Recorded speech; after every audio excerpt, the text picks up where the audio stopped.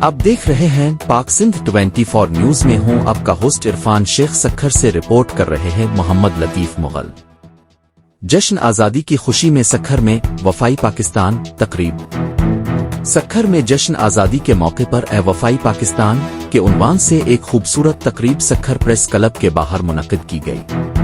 یہ تقریب پاکستان سنی تحریک کے سربراہ علامہ محمد شاداب رضا نقشبندی کی ہدایات پر ترتیب دی گئی تھی، جس میں مہمان خاص کے طور پر پاکستان سنی تحریک کے مرکزی رہنما حضرت مولانا نور احمد قاسمی نے شرکت کی۔ تقریب میں تنظیمات اہل سنت اور مختلف مذہبی و سماجی رہنما شامل ہوئے، جن میں مشرف محمود قادری، صاحبزادہ سید حامد محمود فیضی، مولانا ساجد رفیق قادری اور دیگر نمایاں شخصیات شامل تھیں۔